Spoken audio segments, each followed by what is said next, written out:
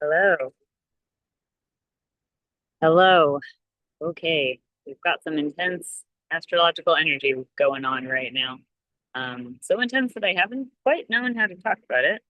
Um, these things are just happening so fast. It's hard to get your head around it before it's changing again. Uh, but we're dealing with a lot of Mercury, so change is what we're doing.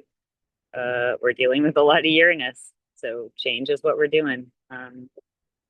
Yeah, I guess if there's a theme, it's pivot, it's change, it's adapt, it's be ready to abandon everything that you thought you knew or could count on. And also, you might not have to.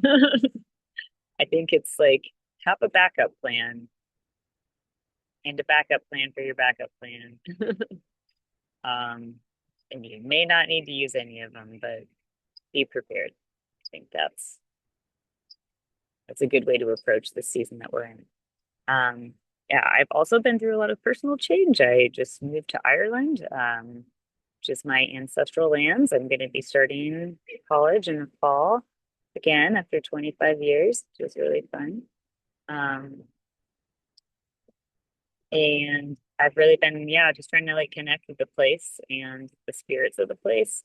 Um, have been connecting with me, which is another message that I think is an important part of what we're all being invited to tune into right now. Like, I think we're entering into a time where we're really being called to expand the way we think of communication, um, to remember other ways of communicating, and to remember that we can, should, in fact, I would say must communicate with um, the realms of other beings that are beyond the human. We're being called into a remembering of what's beyond the sensory. Um,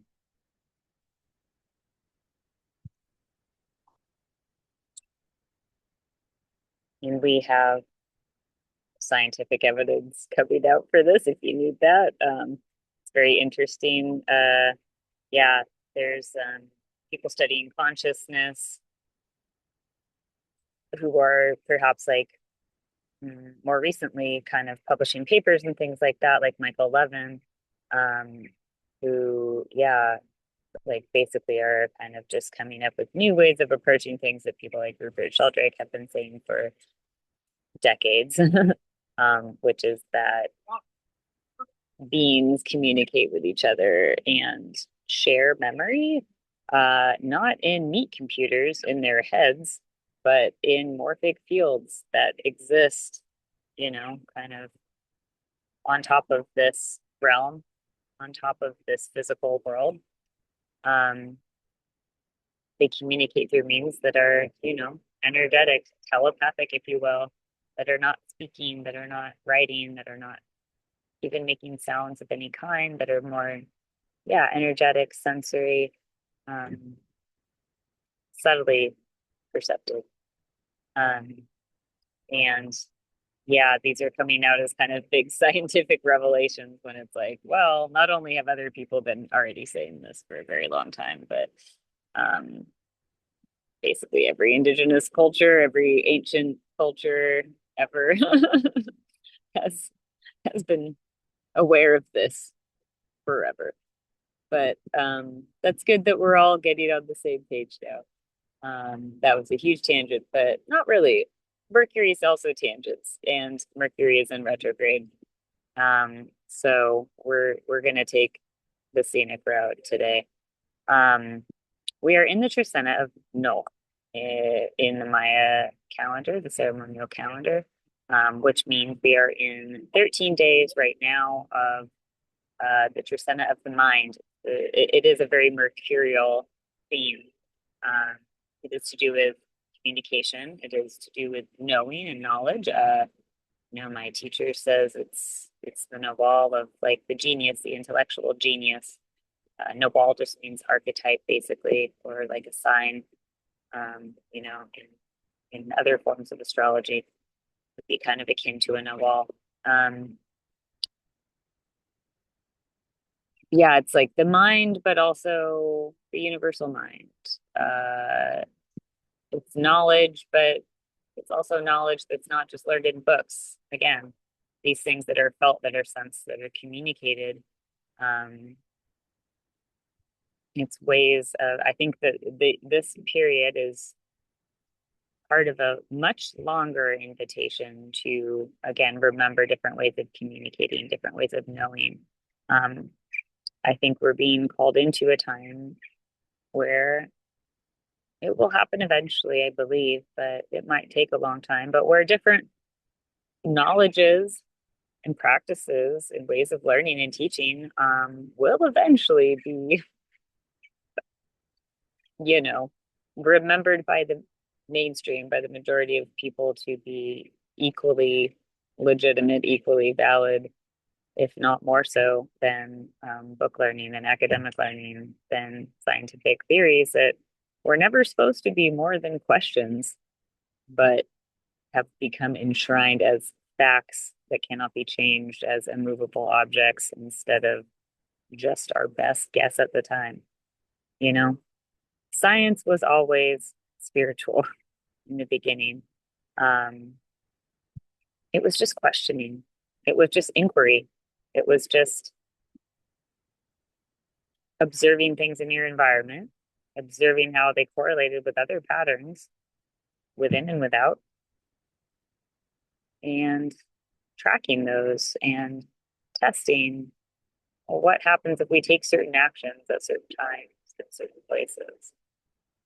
And that's what magic is. That's what spiritual practice is. That's what ritual is. That's what astrology is. Um, yeah, being a human being, is just a thing that happens at a certain place at a certain time. Your soul takes form in a body, in a place, in a time. um, just like any other event. A bunch of things come together and you happen. But I'm going to get on some major tangents if we don't get back on track here. So we are right now in Mercury retrograde, which is something that is much hyped and people get very worried about it. But as I've said before, I think retrogrades are good. We need opportunities to slow down, and all the re words always apply in retrogrades: review, redo, revisit, rethink, reflect. How about rest? How about, I don't know, revive, reconcile, regenerate?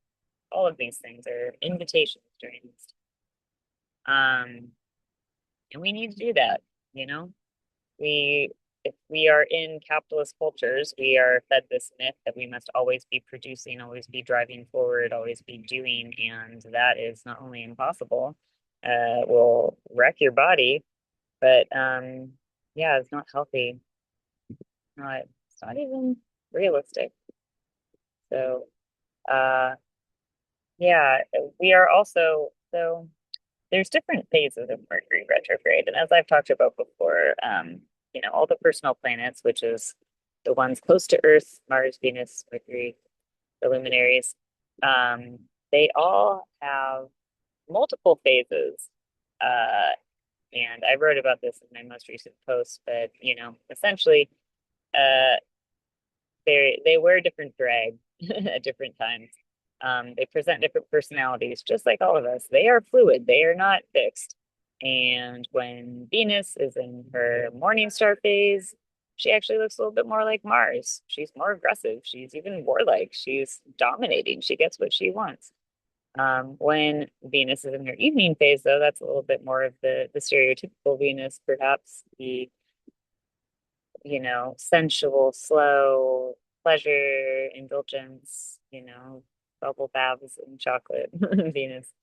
And same with Mars. Mars is actually, more of a lover, more more gentle at night, in the daytime, more stereotypical Mars charged up.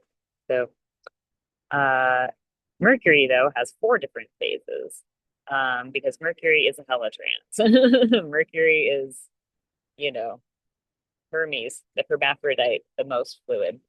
And Mercury has basically a Prometheus retrograde and direct phase and an Epimetheus direct and retrograde phase. Prometheus is basically from Greek mythology. This figure, it's, I believe, a Titan. Maybe I'm wrong. Who gave stole fire from the gods to give to mankind. Um, that's what we all know about the story. Then he was punished by the gods by having an eagle eat his liver out every day for the rest of eternity. Um, but there's more to the story that is not often told. So Prometheus had a brother, Epimetheus. Um, and Epimetheus, it said, was basically these brothers were around like when the world was created and had different responsibilities. And Epimetheus was tasked with like assigning character traits and attributes, physical attributes to the creatures of Earth. And apparently he gave all the good ones to the animals. Like he just really loved animals, apparently. And I mean, the mythology says it was because he was stupid that he gave all the good traits to the animals. But I think this is actually highly perceptive, highly reverent. So regardless, he gave them teeth, he gave them feathers, he gave them claws, he gave them fur, he gave them, fabulous things, wings and tails. And then by the time he got to the humans, he was like, oh shit, there's nothing left. And so that, it is said, is why we are like helpless, naked, you know, take forever to gestate, basically just useless for the first few years of our life. Um, and that is why fire had to be given to us because we couldn't do shit for ourselves. That's the mythology. So Prometheus, yeah, basically became the hero because, oh, he saved humans by giving them fire, and then we weren't so helpless anymore. And like Epimetheus was this dumb shit who just gave everything away to the animals. Like, what a moron. And so,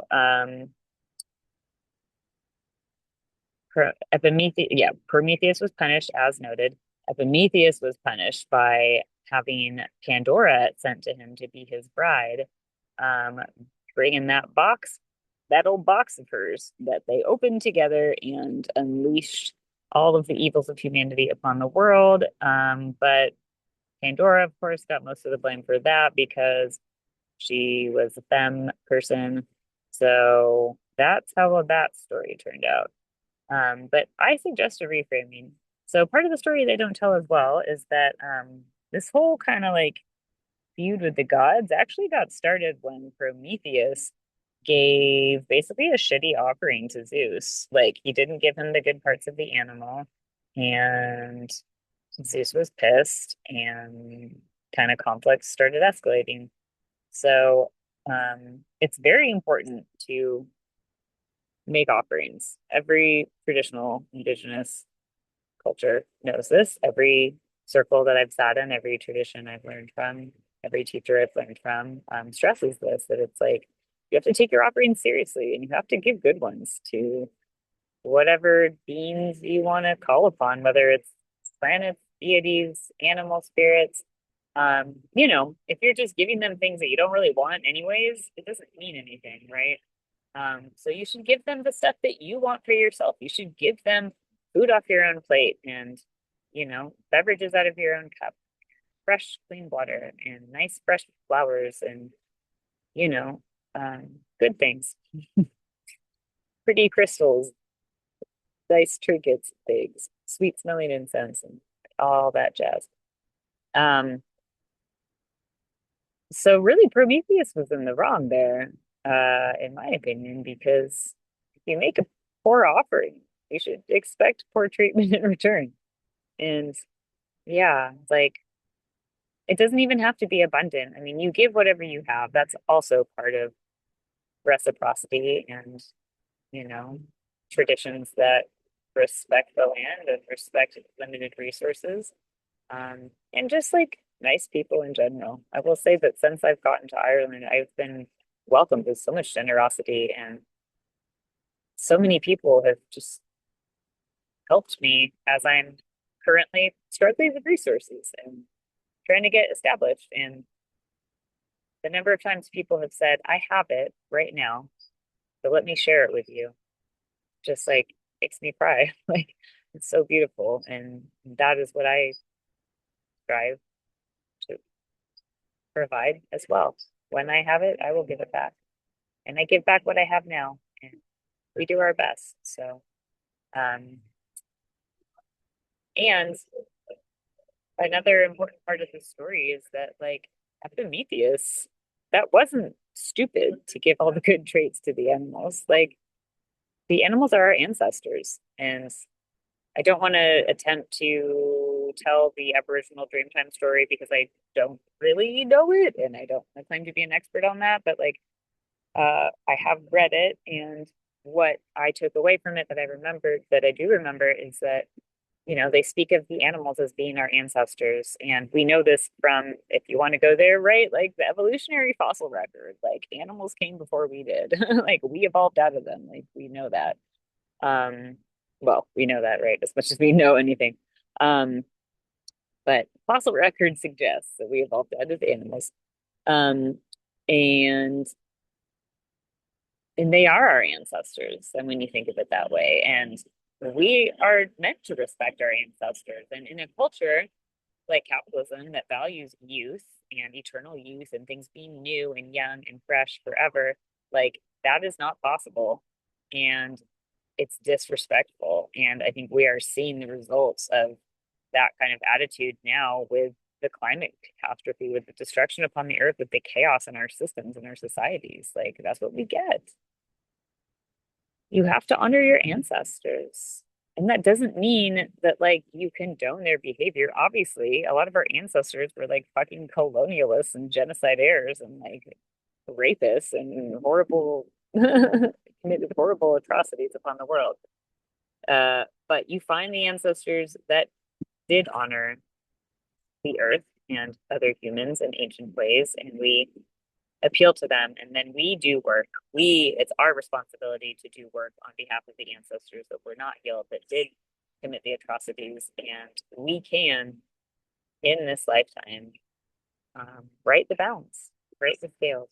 So um, there's configurations in the sky that speak to all this right now as well. Uh, so again, got Mercury retrograde in the Epimethean phase. So for the next few weeks, being prompted to look back on like what are the ways in which we've been not honoring our ancestors, making poor offerings to each other, to the earth, to ourselves. How can we maybe right that balance, like balance the scales a little bit? So Pluto, kind of relates to this. Libra obviously relates to balancing the scales. We don't have a lot of activity in that house at the moment, but Pluto can be seen as part of cosmic justice, right? As kind of relating to like in the Egyptian mythology, like the figure of Mot who weighs your heart against a feather when you get to the underworld to, determine if you determine kind of the outcome of your karma and dharma. Karma and dharma are words that relate to the nodes of the moon. So later this month we have eclipses happening, and eclipses are, yeah, when the sun and the moon line up and night becomes day and day becomes night briefly. They're opposite days when the world is turned upside down. And with the ancient scientific method of astrology, the ancient astrologers, eclipses were some of the first things that they tracked. Some of the first ever recorded astrology, recorded science, and spirituality as well. Um, they recorded them as omens. So omens meaning correlations. When this thing happens in the sky, this thing seems to happen on Earth. So when we observe this thing on Earth, we know this thing's about to happen in the sky, and vice versa. Um, and they tended to note that eclipses were when kings would die or be unseated. when power structures would, crumble, topple. Kind of think of it related to like the tower card in astrology, which is also got bugs, which is also like a Mercury thing because yeah, the tower, the Tower of Babel, right, is related to that. The Tower of Words, the reality that we construct with our language, with our systems, with the things that we think are real. These things are actually very fragile. They're liable to take a tumble um, when things get out of balance, when the universe demands it, when lightning strikes Uranus. Um, so, yeah, we will be having our first eclipse. Sorry, I lost where I wrote it down. Um, we, uh-oh. Yeah, the first eclipse is the solar eclipse on August 12th in the sign of Leo. Um, so sorry, I've lost my notes. Yeah, so Leo is also a place where Jupiter is stationed, right? Not stationed. Jupiter has transited right now. Jupiter has moved into the sign of Leo. Um, the king, right? And kind of the planet that relates to the big daddy god, the god of abundance, the god of expansion, the lord of more, in the sign of the king. And we've seen where excesses of the kings have gotten us, right? And if eclipses are about to happen in that sign, maybe some of the excesses of the king are about to be reckoned with. Maybe we're about to see what happens. Um, yeah, when we don't practice reciprocity. Uh, so I'm not going to get into all the eclipses now. There's a lunar eclipse later in the month of August, and that is going to be, I believe, in the sign of Pisces. Because yeah, we are going through some shifts out of the age of Pisces into the age of Aquarius. Eventually, it's not going to really happen for another 100 years, but we start feeling those effects now. And something that is happening this month in July, on July 27th, give or take a little bit, depending on where you are on the planet, the nodes of the moon are going to move out of the signs of Virgo and Pisces, where they've been since January 2025, into the signs of Leo and Aquarius. So we've got Leo activated again. Aquarius also happens to be where Pluto is located right now and will be for quite some time. Um, and it's a sign of the collective, of forward thinking, of technological innovation. It's kind of related to Uranus. In ancient astrology, though, it was ruled by Saturn. Um, so yeah, we're kind of being invited, I think, to reimagine our structures, to reimagine what we've built in this world, um, how they might need to be transformed, how they might be transformed shockingly, suddenly, if we don't do it consciously. The outer planets represent the subconscious, so the outer planets being Pluto, Uranus, Neptune. Um, Jupiter and Saturn are not outer planets, but they were the furthest out that the ancient people knew about. And those are the ones that kind of relate to these different faces of Zeus, right? The all powerful gods, the ones that control time and space and matter. Um, so, what's interesting that's happening, that's taking place this month on July 19th, about, there's going to be alignment where basically all of these planets that I just spoke of, the outer planets, as well as not Saturn, but Jupiter, um, are all going to be at about 4 degrees of their respective signs. So that's Jupiter in Leo, Pluto in Aquarius, Uranus in Gemini, and Neptune in Aries.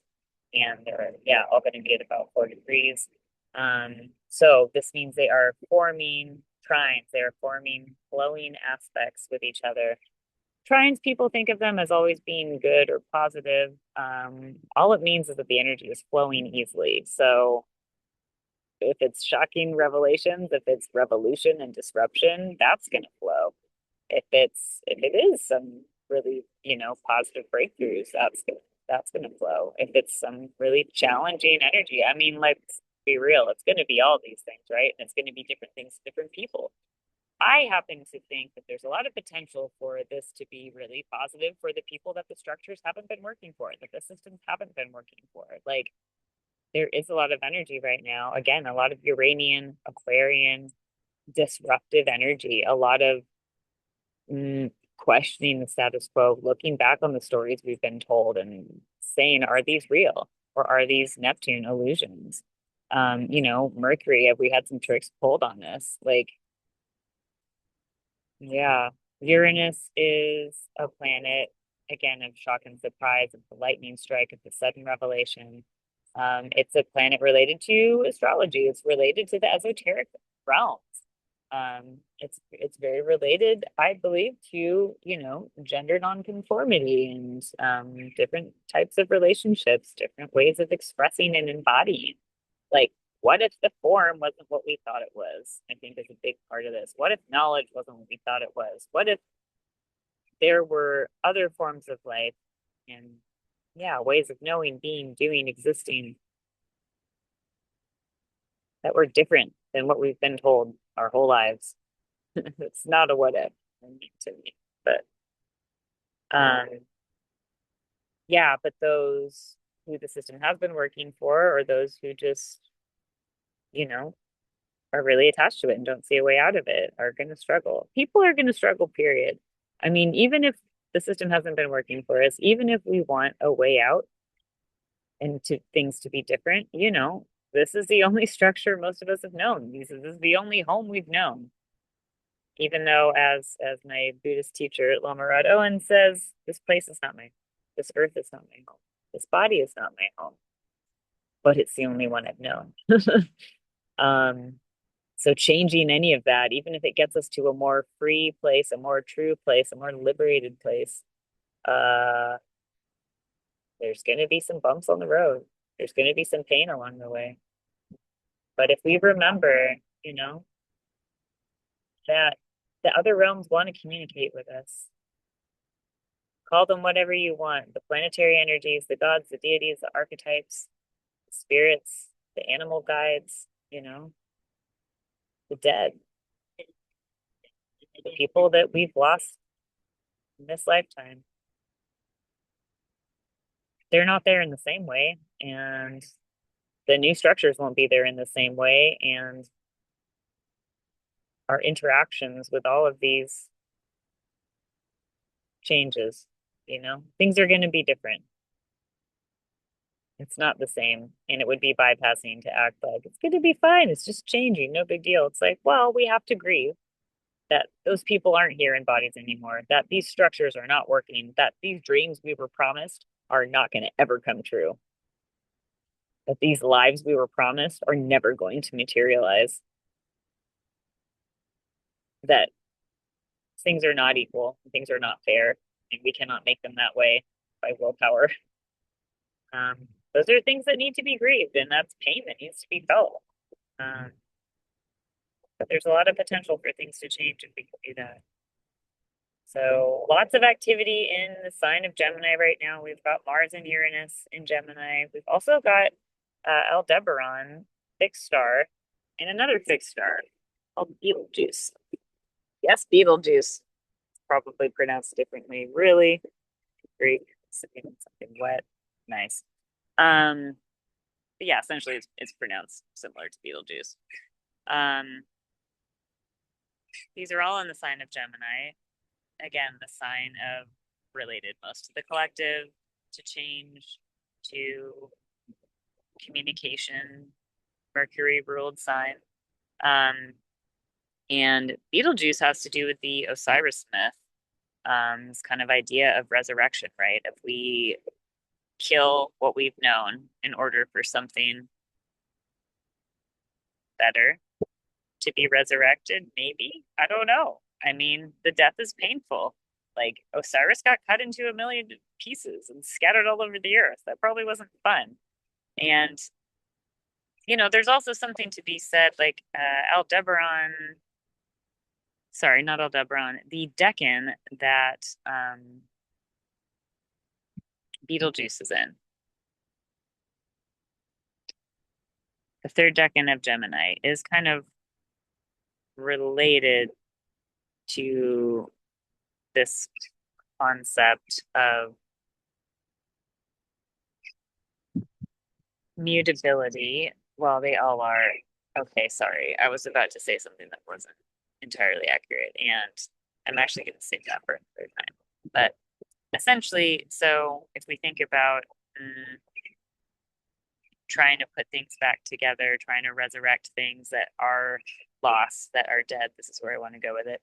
Um, when you bring a zombie back, it's never good, right? Like, I think what we've learned from mythology and perhaps lived experience is that whenever you're trying to grasp for something, whenever you're trying to kind of recapture something that already happened, or go super retro, or like relive an experience, bring something back from the dead, like it's always kind of uncanny. It's kind of weird. It's kind of creepy. It's never totally satisfying. And this is what gives us this sort of like continually striving, trying to look young forever, trying to, I don't know, relive your college days forever, trying to whatever, stay young forever. Like these are all impossible endeavors and they get kind of creepy. Like people, the celebrities, for example, that try to look young forever, like end up just looking kind of fake. Um, yeah, they were talking about this on the Threads of Fate podcast. And so I'm sorry, this was related to the third decan of Virgo. Um, and yeah, we're moving out of this Virgo Pisces axis right now. Um, so I have a personal placement there. I was like, why was I looking at that? I have a placement. But yeah, we are moving out of Virgo and Pisces, and we're moving into Leo and Aquarius. So can we stop trying to resurrect what's dead? And Pisces relating to these like Abrahamic religions and these patriarchal structures. Like, can we stop trying to resurrect what's dead? Can we let these things crumble? Can we stop pretending like they ever worked for anyone? Can we stop trying to like make them look cute and give them plastic surgery and give them a facelift? Can we stop pretending like we can give freaking capitalism a facelift, patriarchy a facelift, and I should say American style consumer capitalism that is this myth of limitless growth, um, and individuality to the point of we're all isolated, we're all miserable, and this idea that we're supposed to do it all ourselves and that this is the ultimate form of achievement. Can we fucking stop pretending like this ever worked for anyone or like it's ever gonna look good and just let it die? Can we let it die? Yay, we got there. Mercury. I remembered where I was going with that. I was like, why did I write this down? Yeah, because Virgo Decan 3, we're at the end of Virgo, right? Like, um, but what's funny is that it's opposite day. So we are at the end of the era of Virgo and Pisces, but actually in the zodiac, the nodes move backwards. They don't go in zodiacal order. So when the nodes are about to leave Virgo and Pisces, they're actually not in Decan 3. They're in Decan 1. Um, but the themes I think really apply, and especially if you look at it through the lens of like opposite day, we're about to have eclipses next month. It's like we're leaving these signs behind, but we're not actually going out that way. We're going back the way we came in. It's a back to the future scenario. But isn't it funny how the themes of Virgo Decan 3 actually really apply to this time and to this, like, can we reimagine? We're going back into Leo, we're going back to the future into Leo and Aquarius. So what would it mean to rethink kingship, sovereignty, rulership, what would it mean to rethink this individuality, and what would it mean to have collective Aquarius shared rulership? What would it mean if everyone was sovereign? what would it mean if we could, use the technology to uplift, to heal, to unify instead of to separate, isolate, divide, destroy? These are the invitations. So, yeah, the nodes of the moon, these are the points where the eclipses will take place next month. So we're kind of just getting a preview, I think, now by the different signs they're moving into. Um, this has been quite a mercurial ramble. There's more I could say about the fixed stars of Gemini, but I think I will save that for another time. Yeah, so I'd say the invitation for us personally, yeah, reflecting on all these themes, reflecting on what structures in our lives, what ways of communicating, what ways of relating, what ways of knowing have not been working and need a revolution, a renovation, a reimagining. Um, what offerings do we need to make? What offerings did we maybe not make so well the first time? We can always go back and redo it. That's the beauty. There's always another cycle, there's always another invitation. So, as my teacher, Ralph De La Rosa, used to say, let's keep going.